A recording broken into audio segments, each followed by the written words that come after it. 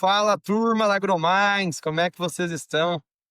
Hoje a gente já está aqui para mais um episódio da AgroMinds Podcast. Projeto muito bacana aí, junto com o Fabrício, junto com o Fernando Perchossi, vocês que estão acompanhando nosso podcast, sabem o quanto a gente gosta de trazer especialistas, pessoas sérias, pessoas idôneas aí do agronegócio. E a gente fala não só de parte técnica, a gente fala de parte comercial, a gente fala de finanças também, igual é o foco hoje aqui, falar de oportunidades, junto com o Thiago Reis, que ele vai comentar um pouquinho mais sobre a história dele, sobre o trabalho dele que ele vem fazendo aí no Brasil, no agronegócio. Então, acho que é isso, né, pessoal? A gente falar que a AgroMinds aí para ser para ajudar os produtores, os agricultores, os agrônomos e levar informação de qualidade. Seguir as nossas redes sociais, no YouTube, no Instagram, a gente tem divulgado muito nosso conteúdo lá. A gente está começando, mas com certeza é o início de uma história aí que vai ficar muito marcada aí, no agronegócio. É, então, Thiago, queria que tu se apresentasse. A gente aqui é tudo muito simples, é muito sério. A gente quer realmente passar informação de qualidade para todo mundo que nos acompanha, uma troca de ideia. Depois o Fabrício comenta e a gente vai seguindo com bastante informação. Legal, bom, prazer estar aqui com vocês. Tem muito papo bom pra gente fazer. E, Thiago, queria que comentasse justamente do que a gente, antes de começar o podcast, falou, as oportunidades que vocês, junto com a Suno Consultoria Research, vem fazendo aí, e falar um pouquinho do teu projeto aí no Brasil e como você tem ajudado os produtores. Bom, legal, Anderson, obrigado pela pergunta. E eu vou começar falando um pouquinho da minha trajetória. Eu sou um investidor, eu criei a Suno, que é uma empresa de investimentos. Nós temos várias unidades de negócio aqui e nós temos uma gestora entre essas unidades de negócio. E nós criamos um FIAGRO. O que que é? Um FIAGRO é um fundo que investe na cadeia do agronegócio. E qual que é, o que que a gente vê como oportunidade? Os FIAGROS são uma ferramenta nova, inspirada bastante nos fundos imobiliários que são um sucesso. O que mais cresceu financiamento no mercado imobiliário foram os fundos imobiliários, não foi a poupança, não foi FGTS. O que cresceu nos últimos 10 anos foi o funding que veio para o mercado imobiliário através dos mercados de capitais, sobretudo os fundos imobiliários. E, se não me engano, uns 3, 4 anos atrás, o Congresso aprovou, né, liderado pelo Arnaldo Jardim, da FPA, o projeto dos FIAGROS. Os FIAGROS, eles se inspiram nos fundos imobiliários e, com isso, permitem que o investidor, pessoa física, com R$ 10, aplique no agronegócio. Majoritariamente em crédito, mas poderia aplicar em fazendas também. E a maravilha do crédito do mercado de capitais é que, sobretudo, é possível dar um crédito mais longo, porque um crédito que fica dentro de um fiagro, ele, ele não precisa ter uma necessidade de prazo curto. Então, por exemplo, eu tenho cotistas, a gente tem mais de 120 mil cotistas aqui nos nossos fundos do agronegócio. Se o meu cotista ele quer o dinheiro dele de volta, ele não saca do fundo, ele vende a cota no secundário para outro investidor. É uma lógica de ação, assim. Quem é acionista da Petrobras, se quer o seu dinheiro de volta, não tem problema, vai vender na segunda-feira, né? Estamos gravando sexta-feira de noite, o mercado está fechado, só vai conseguir o dinheiro na quarta-feira, na verdade, se vender na segunda, porque vai vender na segunda e só cai o dinheiro em D mais dois. Então, o mercado de capitais, ele tem essa maravilha, transforma um negócio que em teoria é ilíquido, como uma plataforma de petróleo da Petrobras, num negócio que semana que vem o dinheiro já está na tua conta, né? E, e a mesma coisa deu para fazer com crédito do agronegócio através dos fiagros. Então nós aqui na Suno criamos o crédito que a gente teve notícias até então, mais longo da história do Brasil, 20 anos. Uhum. E a gente sabe que existem muitas oportunidades de investimento do agronegócio que não tem um payback tão curto. O crédito no agronegócio ele é majoritariamente de curto prazo, para fazer o plantio, comprar sementes, o diesel para as máquinas. Mas tem muitos investimentos que têm um payback mais longo. Você compra uma semente hoje e daqui 6 meses, né, estamos começando o plantio agora lá no Mato Grosso, você planta hoje, daqui 6 meses você está colhendo, recebe o dinheiro, ponto, acabou, paga a semente. Então a semente ela tem um payback curto, você compra Sim. ela financiada e colhe daqui 6 meses e paga aquela dívida que você tomou 6 meses atrás. Mas e uma irrigação? E uma armazenagem? E um maquinário? E uma correção de solo? E uma indústria? Uma agroindústria? Esses são projetos que têm um payback mais longo. E o ideal era que você, agricultor, que está nos assistindo, não financiasse no curto prazo. Se você quer fazer uma irrigação para sua fazenda, que é um equipamento que dura 20, 30 anos, o ideal é que você pegasse um crédito também de 20, 30 anos. E no Brasil, Exato. como não existe essa possibilidade, na maior parte dos casos, o camarada vai lá, pega uma linha de 3 anos no banco e torce para o banco renovar daqui 3 anos. Só que o que está acontecendo hoje? Os bancos eles estão fechando a torneira do crédito, tiveram alguns problemas nos anos recentes, então eles estão um pouquinho menos tomadores de risco. E por conta disso não estão renovando várias dessas linhas. E daí começa a entrar aí no caos das RJs, né? Assim, o cara não conseguiu renovar, daí começa a executar a garantia. E a pergunta que eu faço era, não era melhor ele ter pego uma linha de crédito mais longa? Ele não fez porque ele não sabia que existia o mercado de capitais, né? Como Uhum. nós aqui que financiamos 20 anos, já financiamos irrigação em 7 anos no oeste da Bahia aí que o Fabrício conhece muito bem lá, Jaborandi. Provavelmente você já deve ter tido lá na região, né, Fabrício? Já E- sim.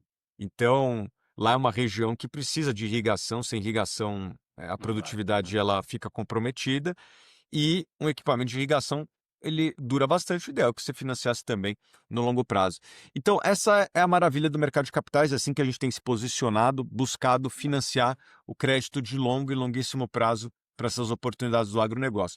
O agronegócio brasileiro é um sucesso, mas a gente subinveste em toda a infraestrutura do agronegócio. Então, irrigação, Fabrício sabe bem, dá para ser 5 vezes maior o número de área irrigada do que é hoje.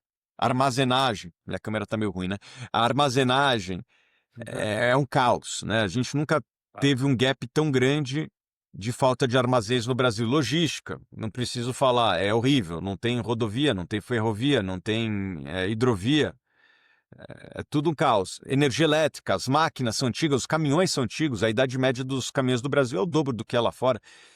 Muito porque não tem um financiamento de longo prazo. E aí que o mercado de capitais ele pode ajudar. Obviamente que a gente precisa da ajuda de terceiros, né? Os juros do Brasil ele é elevado, está aí nos 15%, todo mundo acompanha. E enquanto tiver alto, os juros que o mercado de capitais oferece vai ser alto. Porque o meu investidor, ele tem a opção de aplicar no CDI, comprar uma LCI, LCA lá no Itaú, no Banco do Brasil, no Bradesco. Ele vai comparar o meu fundo com as alternativas existentes. Então, se ele está recebendo 100% lá no Banco do Brasil, do CDI, né? Ele vai querer que eu entregue 100% mais alguma coisa. Então, e para isso eu vou ter que emprestar 100% mais alguma coisa para o agricultor. Então, os juros, infelizmente, são altos, nem culpa do mercado de capitais, o nosso spread nem é tão alto assim. O problema é que os juros no Brasil são altos, daí a gente pode discutir qual que é a origem do problema. Na minha opinião, é o déficit fiscal que está enorme. Precisamos corrigir isso. A gente já viu quando o déficit era menor num passado recente, os juros chegou a bater 2%. Então precisamos ter um pouco mais de responsabilidade fiscal. Se isso acontecer, certamente os juros vão cair para todo mundo, não só do mercado de capitais emprestando para o agronegócio, mas pegar dinheiro no banco e tudo mais. Quer algum comentário, Fabrício? Ah, é uma boa, né? A gente do campo, nós focamos muito na parte técnica. E para mim, né, embora a gente tá com o agricultor todos os dias, com gente influente, capacitada aí, para mim é uma novidade, fundo de capitais no agro. E um ano como esse, eu acho que o Thiago pode falar com muita propriedade a dificuldade que tá, né, de atingir créditos, o sonho que tá. Eu também planto uma área aqui em Minas. E a gente sempre teve aí um aporte de dinheiro de uma instituição, a gente tem garantia real nessa instituição. Esse ano, o banco veio até a gente: "Ó, para mim te emprestar o mesmo montante que você pagou o ano passado direitinho, eu preciso de mais 90 hectares de garantia real". Cara, eu não vou dar. Beleza, eu tô lastreado e vinha caminhando muito bem com a gordurinha. Aí o cara que não tá. Então, assim, eu acho que falta um pouco de fundir, isso aí pra mim é uma novidade, confesso pra vocês. A gente sabe de fundo de capitais imobiliário, como o Thiago falou. Agora, para o agronegócio, eu acho que isso é uma sacada muito boa pro agricultor, né, principalmente num ano desse, que todo mundo sabe, pessoal, não teve dinheiro de instituição financeira, de bancos privados aí, Banco do Brasil, a gente sabe como que foi isso aí, teve no papel, mas pouquíssimos alcançaram alguma coisa. E eu, assim, fiquei maravilhado e com interesse de entender, o funcionamento, porque como o Thiago falou, cara, nós podemos hoje aí investir numa estrutura de armazenagem, que o Brasil está há 30 anos atrasado na quantidade que precisaria, né, então isso é muito importante a gente saber que tem um período um pouco maior do que existe por aí, para a gente poder fazer os investimento com calma, planejar nosso fluxo de pagamento com 20 anos, que é uma maravilha para o agricultor. Muito bom. Eh, realmente também é uma acredito que é uma novidade. E é realmente isso que eu queria que tu comentasse um pouquinho mais, esse atual cenário Brasil desafiador de juros altos. Um pouquinho mais isso aí, cara, como se comportar num momento tão difícil, igual o Fabrício mesmo comentou, não tá fácil na ponta aí. É uma crise, um nível Brasil, assim, e você com esse teu olhar aí, é que a gente vê muitas vezes que falta dentro de algumas propriedades dessas oportunidades aí. Por quê? Porque hoje, igual você falou mesmo, talvez, muita coisa tá pagando aí por, eh, sem fazer nada, né? E aí a gente tá vivendo um momento desafiador no agronegócio. Queria que você comentasse um pouquinho mais. Qual a tua experiência? O, os juros nada mais é do que a oferta e demanda que existe na economia para equilibrar tanto o quanto que o poupador está querendo no dinheiro dele e quanto aqueles que estão querendo dinheiro emprestado estão dispostos a pagar. O Brasil ele tem uma característica. Nós, infelizmente, temos uma população que é pouco poupadora, né? A gente não poupa muito. Você pega Uhum. aí, 90% dos brasileiros não poupam. E por conta disso, a gente tem uma escassez de capital. Você bota dinheiro na mão do povo, o cara gasta com tigrinho, com bet. Né? Isso já Aham. foi testado, né? Triplicaram o Bolsa Família e quem ganhou foram as bets. Porque o povo Sim. não consegue poupar. Né? E alguém pode falar, mas o brasileiro ganha pouco. Você pega outros países que tinham renda per capita e têm renda per capita parecida com a do Brasil, conseguem poupar mais. A China foi construída com base na poupança interna. O chinês ele tem cultura de poupança. O brasileiro não tem essa cultura de poupança. Então, se a gente tem pouco capital e, por outro lado, nós temos uma demanda muito grande por capital, porque as Uhum. pessoas se endividam, as empresas se endividam, e no caso do Brasil, a gente tem um governo que também gosta de gastar mais do que arrecada, né? E quando um governo gasta mais do que arrecada, ele tem algumas opções. Ele pode vender ativos, né? Vamos fazer a privatização aqui de uma estatal. É uma possibilidade. Isso hoje parece fora de cogitação. Uhum. Ele pode imprimir dinheiro, o que gera inflação. Ele pode aumentar impostos, que já está fazendo isso aos montes nos últimos 3 anos. Ou ele pode se endividar, emitir mais títulos via tesouro e empurrar para frente essa problemática. Qual que é a questão quando o Banco Central emite mais títulos? Ele entra competindo comigo, com vocês que estão querendo pegar dinheiro emprestado. Ele começa a competir com vocês que querem comprar uma máquina da John Deere financiada. Só que ele não Uhum. chega competindo pequeno, ele chega competindo grande, né? São centenas de bilhões de reais de déficits que a gente teve nos últimos anos. Então, se a gente tem um pouco de capital e agora tem o governo precisando de 100 bilhões, o que ele faz? Ele vai jogar lá para cima. Eu que sou poupador, eu posso emprestar dinheiro para vocês comprarem o John Deere de vocês, ou eu posso emprestar para o governo. Quem dá mais, né? Daí o governo fala, eu dou mais, eu dou 15% ao ano. Daí eu falo, tá bom, então vou emprestar para você, governo. Então, para emprestar para vocês, comprar no maquinário de vocês, eu vou querer um pouquinho mais do que o governo, porque tem um pouquinho mais de risco, né? Risco de crédito privado, né? O governo, no limite, pode imprimir dinheiro e me pagar. Empresas privadas não conseguem fazer isso. Então, é necessário que tenha um pequeno prêmio de risco para o privado, né? 1, 2, 3, 4, 5, 10%, dependendo do risco, né? Um produtor mais alavancado vai ter um preço um pouco maior, um cara mais seguro vai ter um prêmio um pouco menor, mas os juros é no mínimo 15. Por que no mínimo 15? No mínimo 15 eu aplico no governo. Aham. Então, qual que é a forma de reduzir os juros no Brasil? A gente tem que reduzir o déficit, porque na hora que a gente reduz o déficit, a gente começa a ter menos competição pelo capital dos poupadores.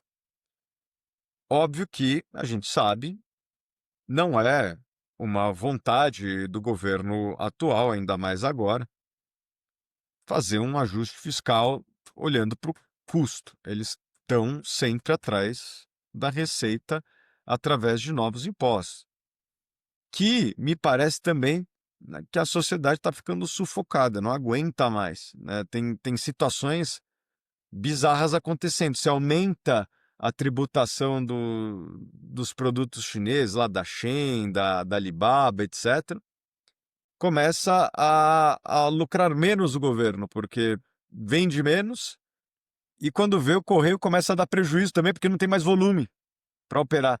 Então, a gente já está passando da curva de Laffer, assim, se aumenta a tributação e a arrecadação cai. Um fenômeno bastante conhecido na economia. Então, acho que não resta outra solução a não ser fazer um corte profundo e ácido nos gastos do governo. Mas não me parece ser uma vontade do governo. Então, ou a gente vai ter uma inflação, que já tem, não tem, ou a gente vai ter um aumento explosivo das, do endividamento público, que já estamos vendo também, batendo recorde, o endividamento público. Ou a gente vai ter mais e mais e mais impostos, deixando tudo mais caro para todo mundo aqui. Ou talvez uma combinação desses três fatores. É isso que já estamos vendo hoje. Muito bom. Outra coisa, Thiago, teve uma situação que foi a pandemia e foi o aumento das commodities. Só que também os custos vieram da mesma intensidade e agora a gente está vendo aí uma avalanche de LJs, igual tu comentou. Como que tu vê para frente o que seria o médio prazo aí, pensando na economia, pensando que a gente tem também no que vem campanha eleitoral no Brasil, até para quem está nos acompanhando aí, entender um pouco mais desse setor mais macro. Sim. Só para complementar uma pergunta que eu entrei depois, mas, Thiago, é o seguinte, a relação de endividamento que se colocou aí, o Anderson colocou, em relação das RJs, nós temos duas situações, não entendeu. Que tu colocou bem, o brasileiro é pouco poupador. Eu me lembro que quando eu fui para a China, naquela vez que deu em 2008, que deu aquela queda, né, no problema, eu estava na China e o governo mandou o pessoal gastar um pouquinho mais para girar a economia, porque o chinês tem uma economia, é o maior economista que existe. Ele ganha $100 por mês, muitas vezes gasta 30 e economiza 70. Então, ele é naturalmente o melhor, é o povo mais que economiza do mundo. Por quê? Eles passaram muito problema na vida, quem economizou sobreviveu, quem não tinha economia morreu. Era mais ou menos essa regra na China que tem lá. Agora vamos voltar para um outro aspecto. E o Anderson colocou uma coisa interessante em relação ao volume de RJs, né, que tem enorme, tem lá. Agora uma pergunta que eu faço para você. Do mesmo modo que o nosso povo não economiza, você não tem uma ideia que o nosso produtor dá muito passo maior que a perna também, tipo assim, na época boa que está as commodities muito altas, ele se endivida? Agora, eu tenho produtores que eles estão altamente sólidos, quer dizer, eles não são pessoas que... Eu conheço produtor que ele não financia, toda a economia dele foi até hoje, ele só compra praticamente à vista, entendeu? Ele vende quando ele quer vender o produto dele, daí ele tem autonomia, não precisa ficar pressionado para venda, né? Isso é muito americano também, o americano tem muita armazenagem. Eu acho que um dos grandes problemas que nós temos também é que nós, no Brasil, não fizemos a cultura do produtor de produzir e sentar em cima, guardar na propriedade, não temos volume de armazenagem suficiente. Quando tá no teu silo é uma coisa, quando tá no silo lá de uma Cargill, de uma outra empresa é outra situação, entendeu? Você acha que também o nosso produtor, por benesses muitas vezes de ter commodities muito valorizadas, valores altos, ele ele não aprendeu a gastar o que é dele, mas sim gastar o dos outros para depois pagar? Tem várias perguntas. Aí eu vou tentar responder uma a uma. Vocês podem me ajudar se eu esquecer de alguma delas. Eu sou um analista de investimentos muito mais da parte micro do que da parte macro, né? Eu analiso muito mais ativos individualmente do que a parte macro. Agora, o que a gente está vendo é uma desaceleração da economia. Essa taxa de juros ela tem justamente esse efeito, né? Ela reduz a atividade econômica, então a gente já está vendo a economia frear nos seus mais diversos aspectos, inclusive no agronegócio.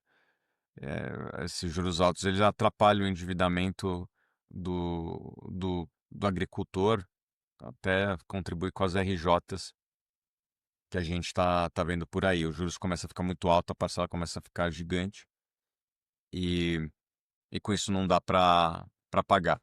E o que o Fernando falou é verdade também.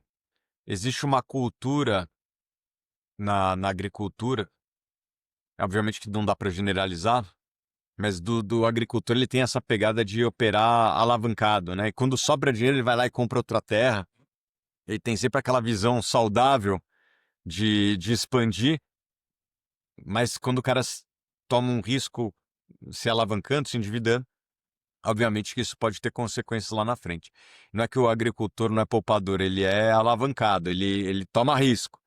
Ele conseguiu poupar 10, ele vai lá e compra uma fazenda de 30 e vai pagar as outras parcelas nos próximos anos, rezando para ganhar 10 nos anos seguintes também. Daí não ganha 10, daí começa a dar problema.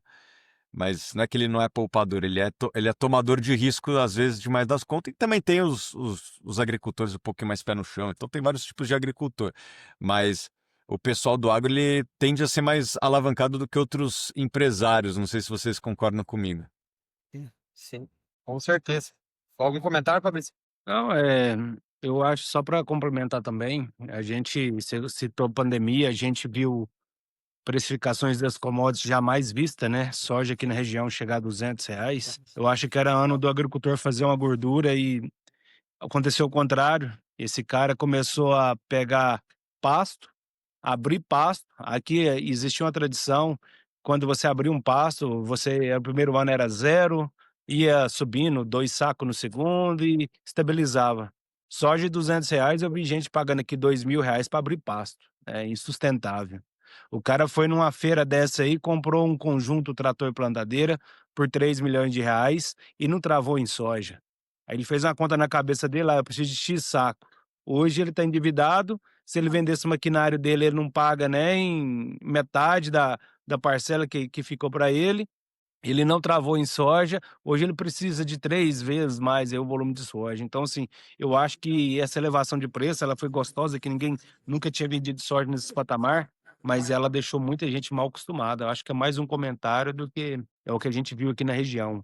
Arrendamento saindo de 15 saco para 21, porque soja de 200, o pessoal ficou maluco, plantando soja, arrancando café e plantando soja, região que tem muito café. Aí o pessoal já ficou maluco, né, uma falta de gestão por causa de uma tendência momentânea que não tinha garantia nenhuma, que ia perpetuar por mais 5, 6, 10 anos. Exatamente. Só complementar uma coisa interessante que colocou o Thiago aí, o agricultor, né, até mesmo por ter commodities, valores muito alto e facilidade no crédito justo, não só no crédito do bancário, mas também o crédito de financiar máquinas e outros investimentos, isso fez com que o Fabrício colocou bem, que o produtor ficou alavancado demais. Então grande parte do problema é dele também, entendeu? Por má gestão dele. Então, muitas vezes o produtor fala: "Ah, porque o governo, porque isso", mas a gestão dele também é problemática, entendeu? Então, muitas vezes, Uhum. a gente sempre bota a culpa no outro. "Ah, porque o governo, porque isso, porque aquilo, que". Aí tu vai pegar alguns produtores, e o Fabrício e o Anderson conhecem, que estão bem estabilizados. Eles não caíram nesse negócio de sempre vai estar com moeda alta e se estabeleceram, se manteram bem. Justo. Então, grande parte daquele que o Thiago colocou, que fizeram uma alavancagem, muitas vezes pensando em comprar por 10 30 uma fazenda, pagar 10 e que o 10 e 10 e agora está menos 5 menos 5 muitas vezes, não é? Nem sempre é a colocação.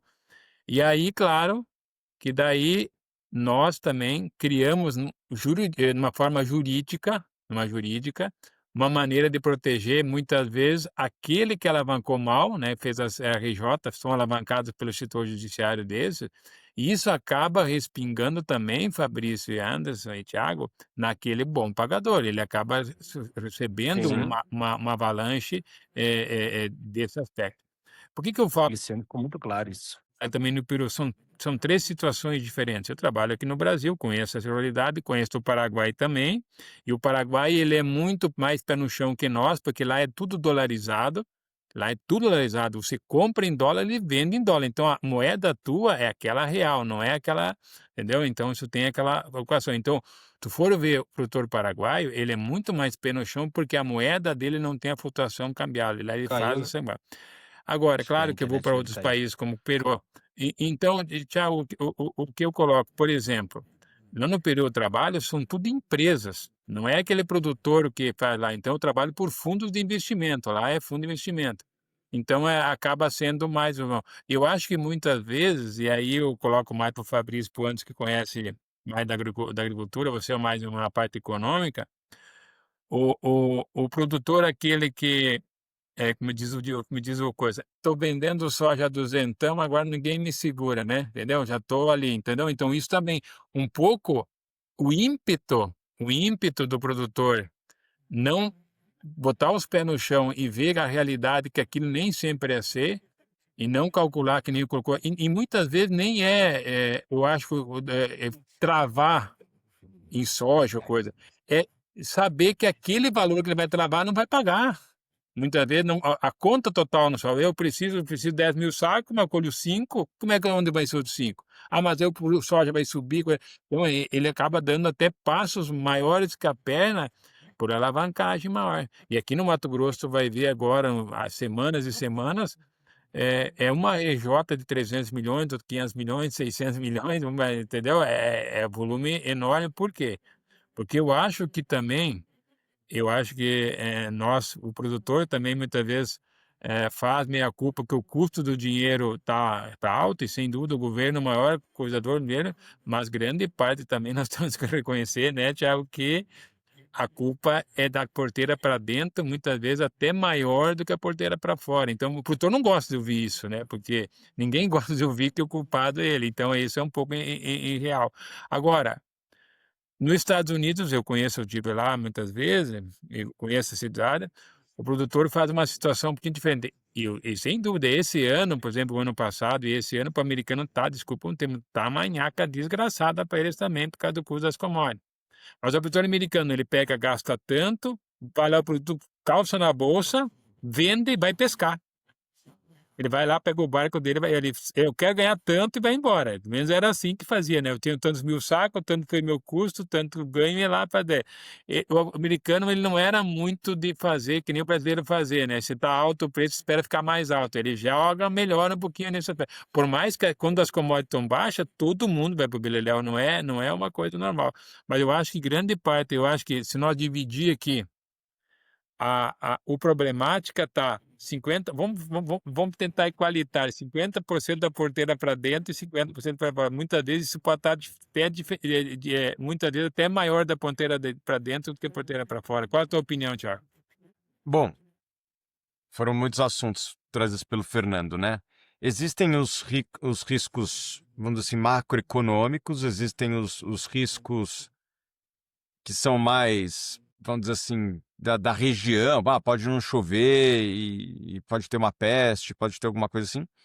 E tem os riscos que são micro da operação, as coisas que estão sob o controle do agricultor. O nível de endividamento, a vontade de crescer, e tudo isso que eu falei anteriormente, está sob controle do agricultor. Ninguém botou uma arma na cabeça dele e mandou ele comprar uma outra fazenda, dar um passo maior que a perna, né? E tem coisas que não estão no controle do agricultor, como a questão climática, como a questão dos juros. Mas mesmo essas coisas que não estão no controle, dá para tentar fazer hedges, dá para tentar fazer proteções. É, como, por exemplo, seguro, dá para fazer hedge, dá para você travar o preço do seu produto. Então, o agricultor ele tem que minimizar aqueles riscos que ele consegue minimizar. E tem riscos que eles não conseguem minimizar, isso aí faz parte da atividade. Então, concordo com você. Se tem gente quebrando e tem gente prosperando, é porque teve alguma diferença na operação desses dois caras. Então, a boa parte da culpa é sempre do tomador de decisão, né? Embora as pessoas gostem de botar a responsabilidade nos outros, sempre, né? É da natureza humana. E como produtor, eu vou fazer a pergunta que quem vai estar assistindo vai estar com essa mesma inquietação. Eu vou procurar a Suno amanhã. Como que é meu acesso como agricultor para mim ter direito aí de fazer uma negociação com vocês? Eu vou começar o plantio de soja, ainda cabe aí para mim um custeamento por defensivos, beleza. Ô Thiago, não, eu tô pensando aqui, cara, eu quero um armazém de 1 milhão de saco. Como Sim. que o agricultor Fabrício vai Legal. tomar a iniciativa para poder entrar em contato com a empresa como a sua, para a gente poder ser aportado com esse dinheiro? Legal, legal. Bom, Fabrício, é uma indústria nova e, obviamente, que os... a gente tem sido procurado e a gente tem uma preferência para pegar agricultores que já estejam com uma estrutura maior, que já tem um grau de governança. Então, como ainda tem grande parte deles que estão desassistidos, a gente vai começar por essa fruta baixa, né? Que são agricultores que são mais estruturados, de preferencial auditado, pegar boas garantias. Então, o nosso trabalho aqui hoje é começar com os grandes agricultores, com as grandes empresas do setor. A gente tem trabalhado com essa, mas eu acho que em algum momento, tanto nós como outros players vão começar a criar plataformas para poder acessar pequenos e médios agricultores para fazer financiamentos de longo prazo. Então a gente já foi abordado diretamente por um grande produtor da Bahia, como eu estava te falando, que ele queria fazer uma ampliação na sua área irrigada. A gente tem uma preferência para financiar esse tipo de produto. Por quê?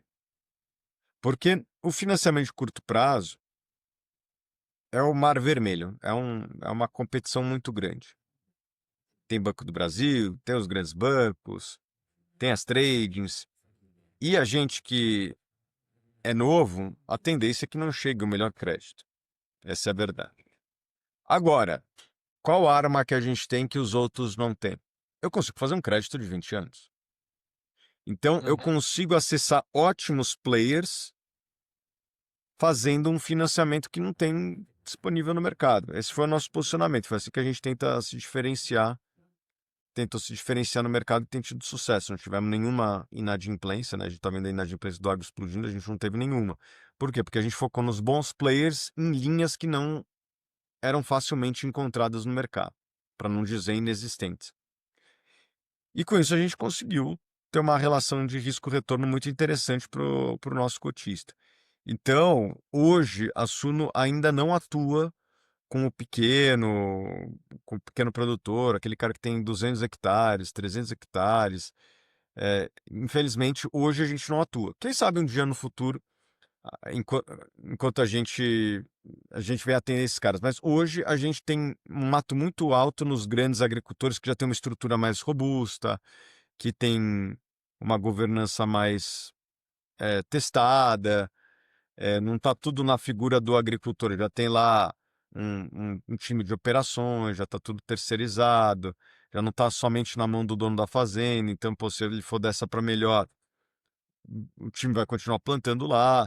Então, esse tipo de coisa é importante, né? Sim. Nós, como qualquer outra instituição financeira, quando emprestamos, queremos ter o nosso dinheiro de volta e a gente quer reduzir o risco, então a gente vai emprestando para aqueles produtores que hoje tem pouco risco e a gente tem pouca competição no crédito longo, então, por enquanto, a gente tem focado nos agricultores que têm uma estrutura um pouco mais robusta. Perfeito. Eu acho que o caminho hoje para um agricultor, né, até para ele se engrandecer mais e ficar cada vez mais profissional, é se transformar realmente em uma empresa. E ele tem que ser auditado, ele tem que ter aí governança, ele tem que ter um plano de sucessão. E a gente, no Mato Grosso, na Bahia, até que a gente vê alguma coisa disso. Agora aqui em Minas e Goiás é um pouquinho mais complicado. E eu vejo que já está bastante atrasado essa reestruturação, né? Sair do braçal, né, da fazenda e já se estruturar, né. Às vezes, eu sou, pequeno para isso, mas eu acho que já tem que procurar um escritório de gestão rural e já desenhar um negócio desse até para alavancar recursos financeiros num futuro muito próximo. Acho que todo mundo já está olhando isso. Se a estrutura é bem organizada, se não é aquele negócio bem colonial, como é muito comum aqui na nossa região. Acho que é bem isso mesmo. Uma pergunta, Júnior. Nós no Brasil, em geral, a agricultura aí de grande escala é baseado em soja, milho, algodão, café, alguma coisa de laranja, pedaço de cana-de-açúcar, daí mais em tipo de usina. Os últimos tempos agora eu tenho por eu trabalhar com fruta no Peru, eu trabalho com o maior produtor de fruta de produção de uva da América Latina e individual do mundo. Eles plantam 2.700 hectares de uva de mesa. Ele deu 2.700 hectares, sendo que esse ano vão colher 2.100. O faturamento deles o ano passado, isso é público lá no Peru, foi 180 milhões de dólares, 1 bilhão de reais em 2.000 e poucas hectares. Ele planta também 350 hectares de mirtilo, entendeu?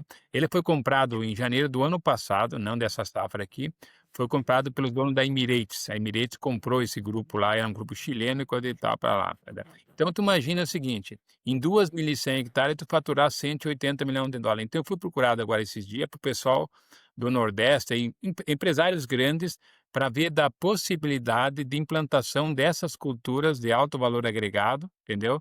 Para usar isso. O que vocês têm visto, vocês aí nessa área de investimento, é ampliar a rede de investimento, não só nas culturas normais, nas commodities normais que eu tenho, mas nessas commodities que tem, por exemplo, eu dei um exemplo.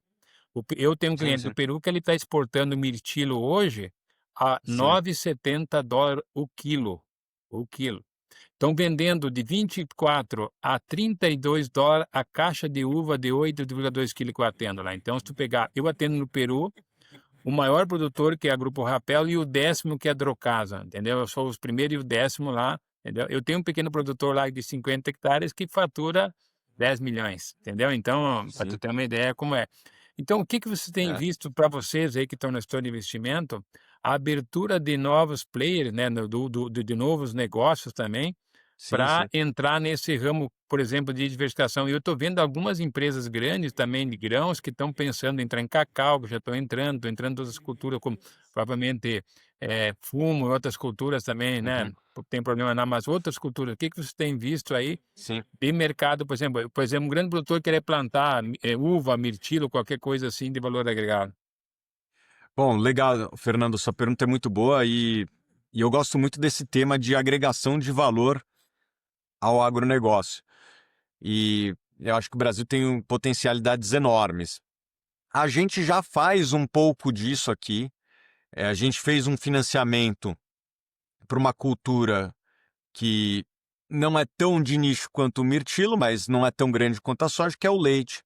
A Uhum. gente, especificamente para um leite bem diferente, não Sim, sei se vocês conhecem a Leitíssimo, né? sim, Ela sim, eu focou sei. num leite de maior De médio, qualidade. sim. É um produto mais caro, mas é um produto muito melhor. Né? Assim, eu tomo direto lá os produtos deles, tem um iogurte que é uma delícia lá, o Delicare. Então, é um nicho, né? É um nicho que eles resolveram se especializar. E para produzir o que eles produzem, eles precisam de irrigação. Eles fazem um gado em área irrigada, com isso eles conseguem ter mais controle da qualidade. A- a- a- como é que se fala? O capim que o gado come ali, ele, por ser irrigado, ele consegue ter uma uniformidade maior, uma padronização maior e, como consequência, consegue ter uma qualidade do leite maior. Então, essa é só uma demonstração de que as ferramentas do mercado de capitais valem para o produtor de soja, que a gente financia também, mas valem para as culturas mais de nicho. Eu sei que leite não é tão nicho, mas um leite de qualidade, infelizmente no Brasil, é bem nicho, né? A gente sabe dos problemas que a indústria de leite já teve e que o leite de qualidade realmente ele é de nicho no Brasil. A, É, a gente só, tem só para interesse, só que... Oi, desculpa. hoje, inclusive foi hoje, por acaso, hoje eu fui convidado aqui no Mato Grosso para integrar um grupo de estudo para criar a Profrute. É a Associação de Produtores de Fruta do Mato Grosso. Fui convidado, por eles saber que eu trabalho com fruta, estou aqui, eles convidaram a mim para participar. Então, mas provavelmente esses grandes grupos aí vão tentar estudar um negócio para entrar, agregar nesse valor também. Então, só para tu ter uma noção que está sendo cogitado, né, para fazer, né. Então tu imagina assim, ó, tu imagina uma área de 2.100 hectares de uva de mesa faturando US$ 180 milhões, né, então tu imagina o tamanho que você tem de valor. Por exemplo, 1 hectare de mirtilo, hoje eu tenho um produtor que eu atendo 2 grandes produtores lá, e vou atender mais agora que me convocaram, se der certo o meu contrato, né, se eu acertar os pontos. Eu teve áreas que eu colhi 28 toneladas de mirtilo valendo US$ 9 o quilo. Então imagina o valor agregado em 1 hectare, entendeu, né, em 1 hectare. Então, é um valor muito agregado, né. Eu tenho esses dados, posso te passar depois, se quiser pegar o contato comigo, eu te passo essas informações aí. Eu acho que vocês aí que estão entrando nesse ramo aí de coisa, eu acho que vai ser um grande, chã entrar nessa outra área aí, que eu acho que é um mercado que cai fora um pouco desse valor que eu chamo assim, 1 hectare de soja, 1 hectare de milho para 1 hectare Sim, de uva que vale 200 hectares de soja. Eu acho que vai chegar a sim. um valor, É, assim, bem expressivo, né. e, e com certeza, Fernando, eu falo porque eu já estudei um pouco disso e a gente sabe que várias dessas culturas têm um custo, ou melhor, um investimento muito grande na frente, Sim, né? muito.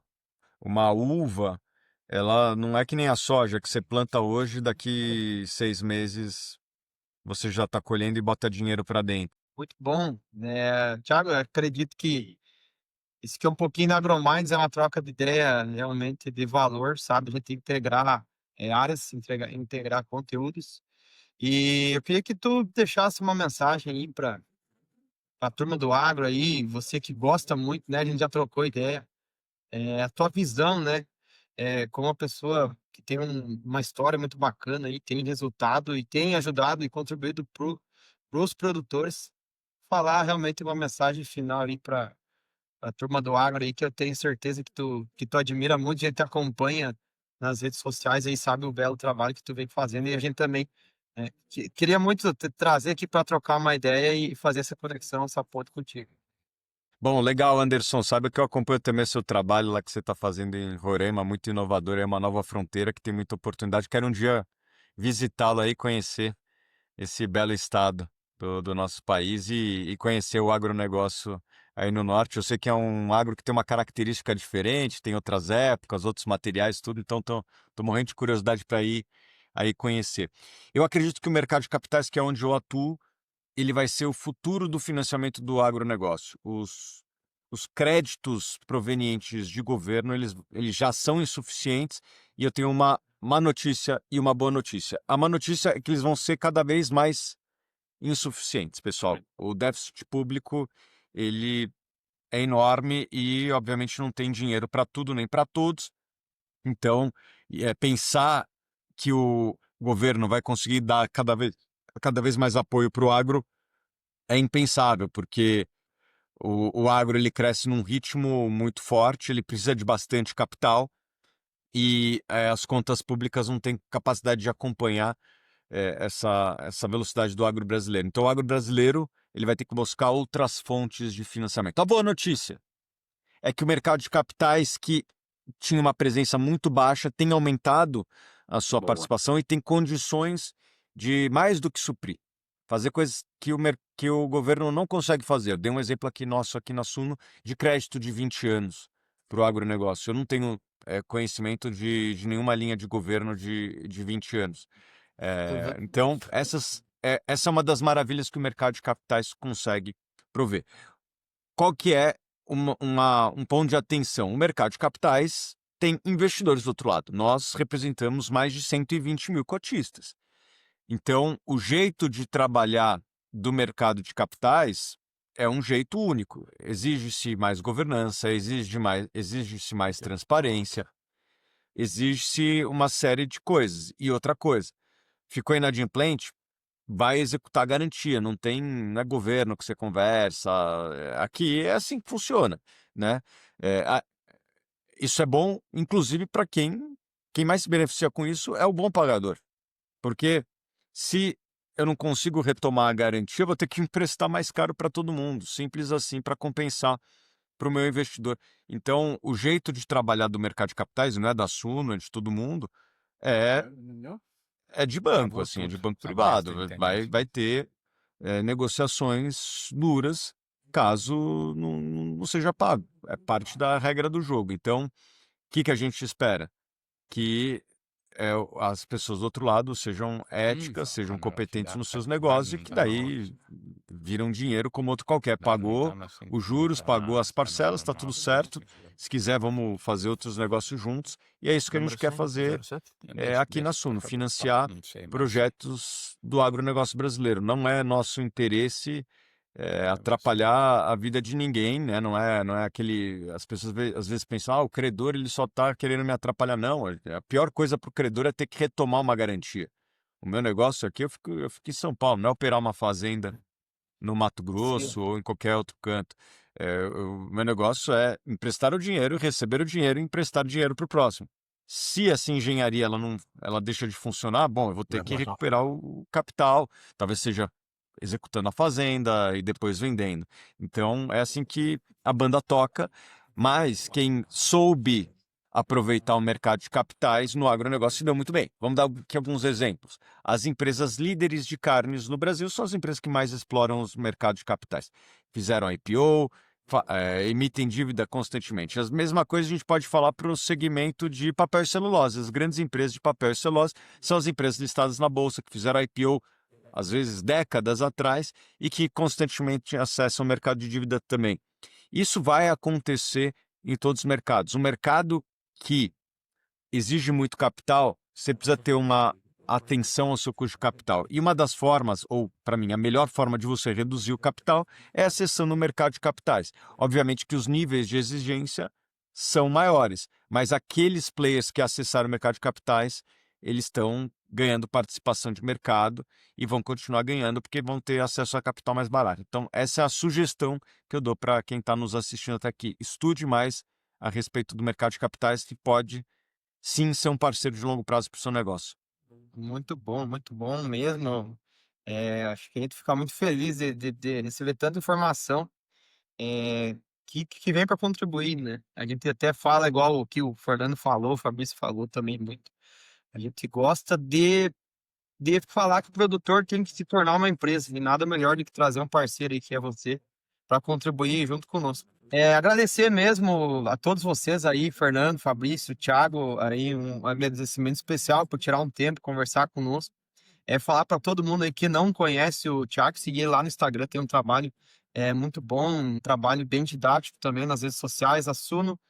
Seguir o Instagram também tem dia 4/11, né? Um evento que tu tá trabalhando, né? Que é a Nação Investidora, Thiago. Então, mas enfim, quem assistiu nós aí, a gente vai deixar as redes sociais, vai deixar esse conteúdo aí no YouTube, em todas as redes sociais e no Instagram. Acompanhe a gente sempre está aqui para ajudar e levar informação igual essa que o Thiago passou para nós, o Fernando e o Fabrício contribuíram muito aqui conosco. E muito obrigado aí, pessoal. Até mais. Obrigado você. Obrigado, Thiago, pela disponibilidade de trazer um tema tão relevante e promissor para o agricultor brasileiro. Obrigado aí. Valeu. Prazer conhecer, Thiago, o teu trabalho aí.